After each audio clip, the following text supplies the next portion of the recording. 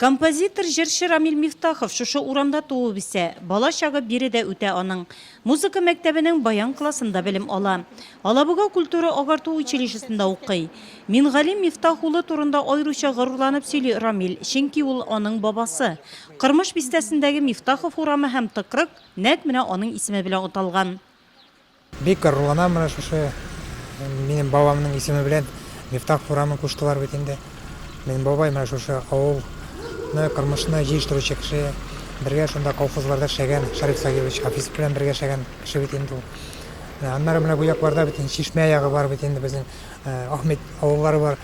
Шул ниләрдән юлларны төзегән кеше бит инде. Менә шул юлларны минем бабай күтәргән кеше инде. Менә бу медальләре инде аның. Менә фотографиясе менә. Кем ул Мингалим Мифтахов? Бу урамда яшәүчеләр үз урамнарының ни өчен булай аталуын яхшы белә. Беләбез, мин үзебез урамда без Кырмыш әйде хәзерге вакытта Норлат шәһәре. Урамнарга исем бирелә башлагач, безнең Норлатта вакытта сельсовет иде, Кырмыш сельсоветы, безнең урамга бирделәр Мифтахов, элекеге майор Мингалим бабай исемен. Ул инде сугышта майор булып хезмәт иткән. Күбесе бит инде укып хәзерге вакытта шулай рядовой булып, сугышны майор дәрәҗәсе белән кайткан кеше. Горурланасыз димә шу урамда яшәүегез белән. Бик тә горурланабыз шушы урамда яшәүебез белән, Норлатта яшәүебез белән. Нурлат шәһәре һәм Кама Аръягы тарихы регионал музеенда майор Мингалим Мифтаховның фотосурәтләре ил башлыгы Сталин кул куйган рәхмәт кәгазе саклана. 1941 елның 28 июнендә вокзалда төшкән фотога карап аныгы гаилә истәлекләрен барлый. Мингалим Мифтахов утлы сугыш юлын үтеп Берлинга кадәр барып җитә. Каты яралана. Туган якларга әйләнеп кайткач сугыштан соң ул Хафизов исемендәге хуҗалыкта эшли.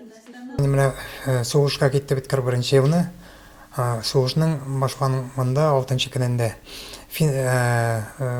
Буай ауданрак бит безнең финский сугышлар булды бит. Анда сугыш бетте бит инде. Аның архивы бөтен ниләре бездә бар. Аның бөтен кая сугышканнары, ранениялары, бөтен медальләре кая алынган, бөтен ниләре. И менә бик сирәк кенә сөйли, мин ул вакытта кичкенә булган.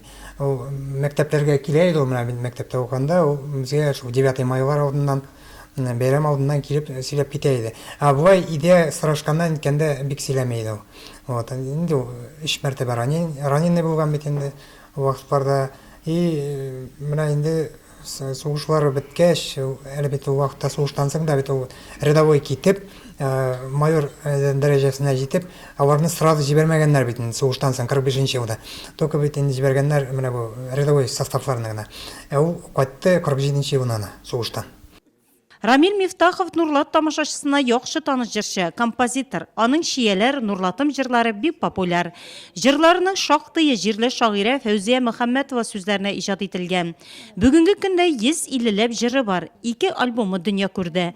Бүгенге көндә ул 24 ноябрьдә башкалабызда үтәчәк концертларына әзерләнә. Ул филармониядә узачак.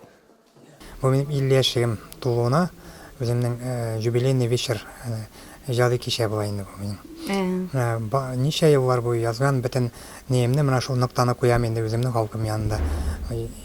Үземнең җөрәктән чыккан бөтен җөрәк җимешләремне, бөтен көйләремне, бөтен баңнарымны үземнең Норлат халкыма күрсәтәсем килә. Рамил белән инде шундый бик үземне бәхетле иҗатчы дип саныйм. Чөнки инде безнең бик күп җырларыбыз бит инде язылып кына калмады, дөнья күрде. Шундый халык артистлары кулына эләкте дип әйтик инде. Рамил үзе дә бик талантлы җырчы.